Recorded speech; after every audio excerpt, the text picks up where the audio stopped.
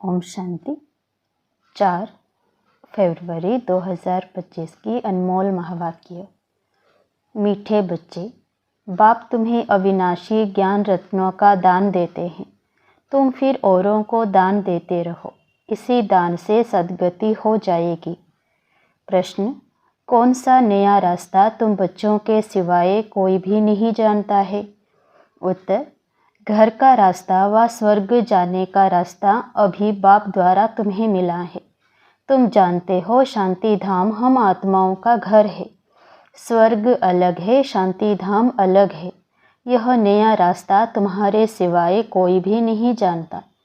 तुम कहते हो अब कुंभकर्ण की नींद छोड़ो, आंख खोलो, पावन बनो। पावन बनकर ही घर जा सकेंगे। गीत जाग सजनिया जाग। ओम शांति। भगवान उवाच: यह तो बाप ने समझाया है कि मनुष्य को व देवताओं को भगवान नहीं कहा जाता, क्योंकि इनका साकारी रूप है। बाकी परमपिता परमात्मा का ना आकारी ना साकारी रूप है, इसीलिए उनको शिव परमात्माए नमः कहा जाता है। ज्ञान का सागर वह एक ही है। कोई मनुष्य में ज्ञान हो नहीं सकता। किसका ज्ञान? रचता और रचना के आदि मध्य अंत का ज्ञान, अथवा आत्मा और परमात्मा का यह ज्ञान कोई में नहीं है। तो बाप आकर जगाते हैं, हे सजनियाँ, हे भक्तियाँ जागो। सभी मेल अथवा फीमेल भक्तियाँ हैं, भगवान को याद करते हैं। अभी ब्राइड्स याद करती हैं एक ब्राइड ग्रूम को। सभी आशिक आत्माएं परमपिता परमात्मा माशूक को याद करती हैं। सभी सीताएं हैं।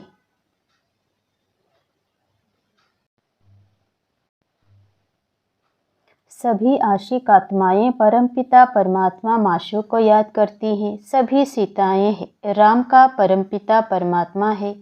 राम अक्षर क्यों कहते हैं? रावण राज्य है ना, तो उसकी भेंट में राम राज्य कहा जाता है। राम है बाप, जिसको ईश्वर भी कहते हैं, भगवान भी कहते हैं। असली नाम उसका है शिव। तो अब कहते हैं जागो। अब नवयुग आता है, पुराना खत्म हो रहा है। इस महाभारत लड़ाई के बाद सतयुग स्थापन होता है और इन लक्ष्मी नारायण का राज्य होगा। पुराना कलयुग खत्म हो रहा है, इसलिए बाप कहते हैं बच्चे, कुंभकर्ण की नींद छोड़ो, अब आंख खोलो। नई दुनिया आती है। नई दुनिया को स्वर्ग सतयुग कहा जाता है। यह है नया रास्ता। यह घर व स्वर्ग में जाने का रास्ता कोई भी जानते नहीं है। स्वर्ग अलग है, शांति धाम जहाँ आत्माएं रहती हैं वह अलग है। अब बाप कहते हैं जागो। तुम रावण राज्य में पतित हो गए हो। इस समय एक भी पवित्र आत्मा नहीं हो सकती। पुण्य आत्मा नहीं कहेंगे। भल मनुष्य दान पुण्य करते हैं, परंतु पवित्र आत्मा तो एक भी नहीं है। यहाँ कलयुग में है पतित आत्माएं, सतयुग में है पावन आत्माएं। इसलिए कहते हैं, हे शिव बाबा, आकर हमको पावन आत्मा बनाओ। यह पवित्रता की बात है। इस समय बाप आकर तुम बच्चों को अविनाशी ज्ञान रत्नों का दान देते हैं। कहते हैं तुम भी औरों को दान देते रहो तो 5 विकारों का ग्रहण छूट जाए। 5 विकारों का दान दो तो दुख का ग्रहण छूट जाए। पवित्र बन सुखधाम में चले जाएंगे। 5 विकारों में नंबर 1 है काम। उसको छोड़ पवित्र बनो। खुद भी कहते हैं, हे पतित पावन, हमको पावन बनाओ। पतित विकारी को कहा जाता है। यह सुख और दुख का खेल भारत के लिए ही है। बाप भारत में ही आकर साधारण तन में प्रवेश करते हैं, फिर इनकी भी बायोग्राफी बेट सुनाते हैं।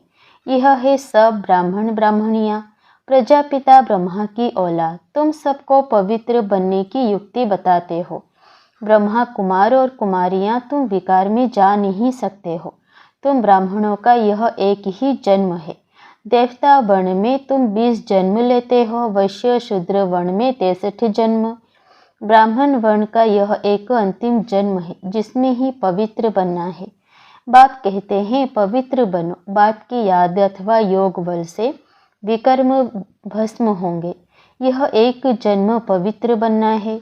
सतयुग में तो कोई पतित होता नहीं। अभी यह अंतिम जन्म पावन बनेंगे तो 21 जन्म पावन रहेंगे। पावन थे अब पतित बने हो। पतित हैं तब तो बुलाते हैं, पतित किसने बनाया है? रावण की आसुरी मत ने। सिवाय मेरे तुम बच्चों को रावण राज्य से, दुख से कोई भी लिबरेट कर नहीं सकते। सभी काम चिता पर बेच भस्म हो पड़े हैं। मुझे आकर ज्ञान चिता पर बिठाना पड़ता है, ज्ञान जल डालना पड़ता है, सबकी सद्गति करनी पड़े। जो अच्छी रीति पढ़ाई पढ़ते हैं उनकी ही सद्गति होती है, बाकी सब चले जाते हैं शांति धाम में। सतयुग में सिर्फ देवी देवताएं हैं, उनको ही सद्गति मिली हुई है, बाकी सबको गति अथवा मुक्ति मिलती है। 5000 वर्ष पहले इन देवी देवताओं का राज्य था, लाखों वर्ष की बात है नहीं। अब बाप कहते हैं, मीठे मीठे बच्चों मुझ बाप को याद करो। मनमना भव अक्षर तो प्रसिद्ध है। भगवान उवाच, कोई भी देहधारी को भगवान नहीं कहा जाता। आत्माएं तो एक शरीर छोड़ दूसरा लेती हैं, कभी स्त्री कभी पुरुष बनती हैं।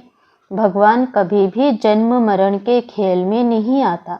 यह ड्रामा अनुसार नोंद है, एक जन्म ना मिले दूसरे से, फिर तुम्हारा यह जन्म रिपीट होगा तो यही एक्ट, यही फीचर्स फिर लेंगे।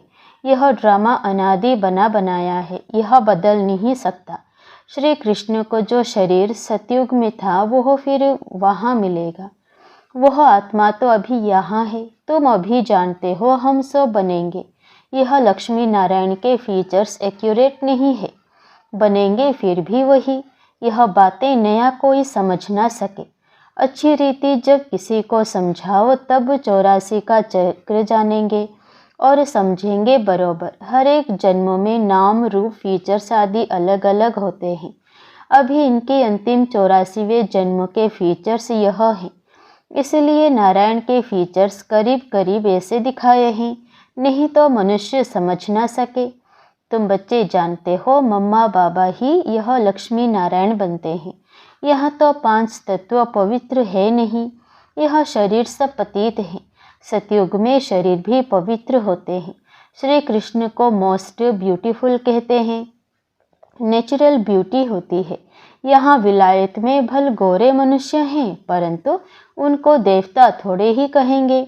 देवी गुण तो नहीं है ना, तो बाप कितना अच्छी रीति बैठ समझाते हैं। यह है ऊंचते ऊंच पढ़ाई, जिससे तुम्हारी कितनी ऊंच कमाई होती है। अनगिनत हीरे जवाहर धन होता है। वहाँ तो हीरे जवाहरों के महल थे, अभी वह सब गुम हो गया है, तो तुम कितने धनवान बनते हो। अपरम अपार कमाई है 21 जन्मों के लिए। इसमें बहुत मेहनत चाहिए। देही अभिमानी बनना है। हम आत्मा हैं, यह पुराना शरीर छोड़ अब वापस अपने घर जाना है। बाप अभी लेने लिए आए हैं। हम आत्मा ने 84 जन्म अब पूरे किए, अब फिर पावन बनना है, बाप को याद करना है, नहीं तो कयामत का समय है। सजाएं खाकर वापस चले जाएंगे। हिसाब किताब तो सबको चुप्त करना ही है। भक्ति मार्ग में काशी कलवट खाते थे तो भी कोई मुक्ति को नहीं पाते। वह है भक्ति मार्ग, यह है ज्ञान मार्ग। इसमें जीव घात करने की दरकार नहीं रहती। वह है जीव घात, फिर भी भावना रहती है कि मुक्ति को पाएं। इसीलिए पापों का हिसाब किताब चुप्त हो फिर चालू होता है। अभी तो काशी कलवट का कोई मुश्किल साहस रखते हैं, बाकी मुक्ति व जीवन मुक्ति नहीं मिल सकती। बाप बिगर जीवन मुक्ति कोई दे ही नहीं सकते। आत्माएं आती रहती हैं, फिर वापस कैसे जाएंगे? बाप ही आकर सर्व की सद्गति कर वापस ले जाएंगे। सतयुग में बहुत थोड़े मनुष्य रहते हैं। आत्मा तो कभी विनाश नहीं होती है। आत्मा अविनाशी है, शरीर विनाशी है। सतयुग में आयु बड़ी होती है, दुख की बात नहीं। एक शरीर छोड़ दूसरा ले लेते हैं, जैसे सर्प का मिसाल है। उसको मरना नहीं कहा जाता है, दुख की बात नहीं। समझते हैं अब टाइम पूरा हुआ है, इस शरीर को छोड़ दूसरा लेंगे। तुम बच्चों को इस शरीर से डिटैच होने का अभ्यास यहाँ ही डालना है। हम आत्मा हैं, अब हमको घर जाना है, फिर नई दुनिया में आएंगे, नई खाल लेंगे। यह अभ्यास डालो। तुम जानते हो आत्मा 84 शरीर लेती है। मनुष्यों ने फिर 84 लाख कह दिया है। बाप के लिए तो फिर अनगिनत ठीकर भीतर में कह देते हैं। उसको कहा जाता है धर्म की ग्लानि। मनुष्य स्वच्छ बुद्धि से बिल्कुल तुच्छ बुद्धि बन जाते हैं। अब बाप तुमको स्वच्छ बुद्धि बनाते हैं। स्वच्छ बनते हो याद से। बाप कहते हैं अब नवयुग आता है। उसकी निशानी यह महाभारत लड़ाई है। यह वही मुसलों वाली लड़ाई है जिसमें अनेक धर्म विनाश, एक धर्म की स्थापना हुई थी। तो जरूर भगवान होगा ना। श्री कृष्ण यहाँ कैसे आ सके? ज्ञान का सागर निराकार या श्री कृष्ण? श्री कृष्ण को यह ज्ञान ही नहीं होगा। यह ज्ञान ही गुम हो जाता है। तुम्हारे भी फिर भक्ति मार्ग में चित्र बनेंगे। तुम पूज्य ही पुजारी बनते हो। कला कम हो जाती है, आयु भी कम होती जाती है, क्योंकि भोगी बन जाते हो। वहाँ है योगी। ऐसे नहीं कि किसी की याद में योग लगाते हो। वहाँ है ही पवित्र। श्री कृष्ण को भी योगेश्वर कहते हैं। इस समय श्री कृष्ण की आत्मा बाप के साथ योग लगा रही है। श्री कृष्ण की आत्मा इस समय योगेश्वर है। सतयुग में योगेश्वर नहीं कहेंगे, वहाँ तो प्रिंस बनती है। तो तुम्हारी पिछाड़ी में ऐसी अवस्था रहनी चाहिए जो सिवाय बाप के और कोई शरीर की याद ना रहे। शरीर से और पुरानी दुनिया से ममत्व मिट जाए। सन्यासी रहते तो पुरानी दुनिया में है, परंतु घर बार से ममत्व मिटा देते हैं। ब्रह्म को ईश्वर समझ उनसे योग लगाते हैं। अपने को ब्रह्म ज्ञानी तत्वज्ञानी कहते हैं। समझते हैं हम ब्रह्म में लीन हो जाएंगे। बाप कहते हैं यह सब रॉन्ग है। राइट तो मैं हूँ, मुझे ही ट्रुथ कहा जाता है। तो बाप कहते हैं याद की यात्रा बड़ी पक्की चाहिए। ज्ञान तो बड़ा सहज है, देही अभिमानी बनने में ही मेहनत है। बाप कहते हैं किसी की भी देह याद ना आए। यह है भूतों की याद, भूत पूजा। मैं तो अशरीरी हूँ, तुमको याद करना है मुझे। इन आँखों से देखते हुए बुद्धि से बाप को याद करो। बाप के डायरेक्शन पर चलो तो धर्मराज की सजाओं से छूट जाएंगे। पावन बनेंगे तो सजाएं खत्म हो जाएंगी। बड़ी भारी मंजिल है। प्रजा बनना तो बहुत सहज है, उसमें भी साहूकार प्रजा, गरीब प्रजा, कौन कौन बन सकते हैं, सब समझाते हैं। पिछाड़ी में तुम्हारे बुद्धि का योग रहना चाहिए बाप और घर से। जैसे एक्टर्स का नाटक में पार्ट पूरा होता है तो बुद्धि घर में चली जाती है। यह है बेहद की बात। वह होती है हद की आमदनी। यह है बेहद की आमदनी। अच्छे एक्टर्स की आमदनी भी बहुत होती है ना। तो बाप कहते हैं गृहस्थ व्यवहार में रहते बुद्धियोग वहाँ लगाना है। वह आशिक माशुक होते हैं एक दो के। यहाँ तो सब आशिक हैं एक माशुक के। उनको ही सब याद करते हैं। वंडरफुल मुसाफिर है ना। इस समय आए हैं सब दुखों से छुड़ाकर सदगति में ले जाने लिए। उनको कहा जाता है सच्चा सच्चा माशुक। वह एक दो के शरीर पर आशिक होते हैं। विकार की बात नहीं, उसको कहेंगे देह अभिमान का योग। वह भूतों की याद हो गई। मनुष्य को याद करना माना पांच भूतों को, प्रकृति को याद करना। बाप कहते हैं प्रकृति को भूल मुझे याद करो। मेहनत है ना। और फिर देवी गुण भी चाहिए। कोई से बदला लेना यह भी आसुरी गुण है। सतयुग में होता ही है एक धर्म, बदले की बात नहीं। वह है ही अद्वैत देवता धर्म जो शिव बाबा बिगर कोई स्थापन कर ना सके। सूक्ष्म वतनवासी देवताओं को कहेंगे फरिश्ते। इस समय तुम हो ब्राह्मण, फिर फरिश्ता बनेंगे, फिर वापस जाएंगे घर, फिर नई दुनिया में आकर देवी गुण वाले मनुष्य अर्थात देवता बनेंगे। अभी शूद्र से ब्राह्मण बनते हो। प्रजापिता ब्रह्मा का बच्चा ना बने तो वर्षा कैसे लेंगे? यह प्रजापिता ब्रह्मा और मम्मा, वह फिर लक्ष्मी नारायण बनते हैं। अब देखो तुमको जैनी लोग कहते हैं हमारा जैन धर्म सबसे पुराना है। अब वास्तव में महावीर तो आदि देव ब्रह्मा को ही कहते हैं। हे ब्रह्मा ही, परंतु कोई जैन मुनि आया तो उसने महावीर नाम रख दिया। अभी तुम सब महावीर हो ना। माया पर जीत पा रहे हो, तुम सब बहादुर बनते हो।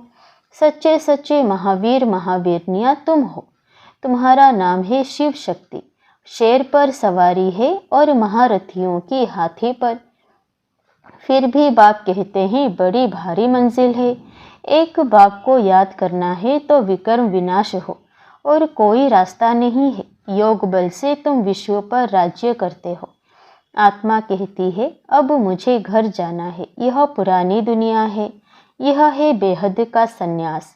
गृहस्थ व्यवहार में रहते पवित्र बनना है और चक्र को समझने से चक्रवर्ती राजा बन जाएंगे।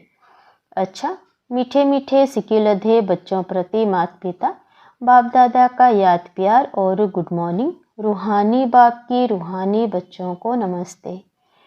धारणा के लिए मुख्य सार। पहला, धर्मराज की सजाओं से बचने के लिए किसी की भी देह को याद नहीं करना है। इन आँखों से सब कुछ देखते हुए एक बाप को याद करना है।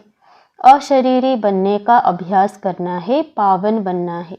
दूसरा, मुक्ति और जीवन मुक्ति का रास्ता सबको बताना है। अब नाटक पूरा हुआ, घर जाना है। इस स्मृति से बेहद की आमदनी जमा करनी है।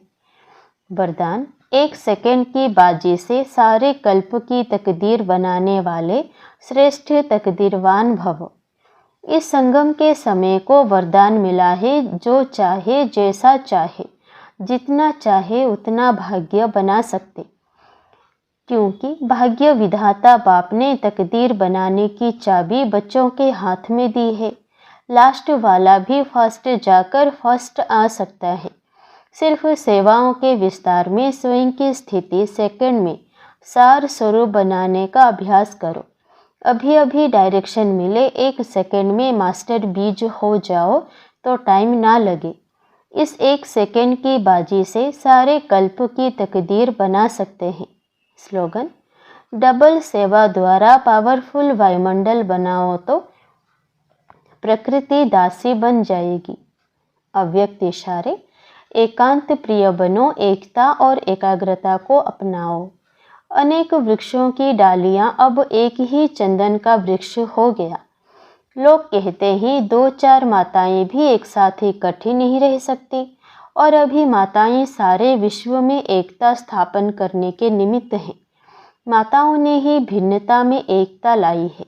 देश भिन्न है, भाषा भिन्न भिन्न है, कल्चर भिन्न भिन्न है, लेकिन आप लोगों ने भिन्नता को एकता में लाया है। अच्छा, ओम शांति।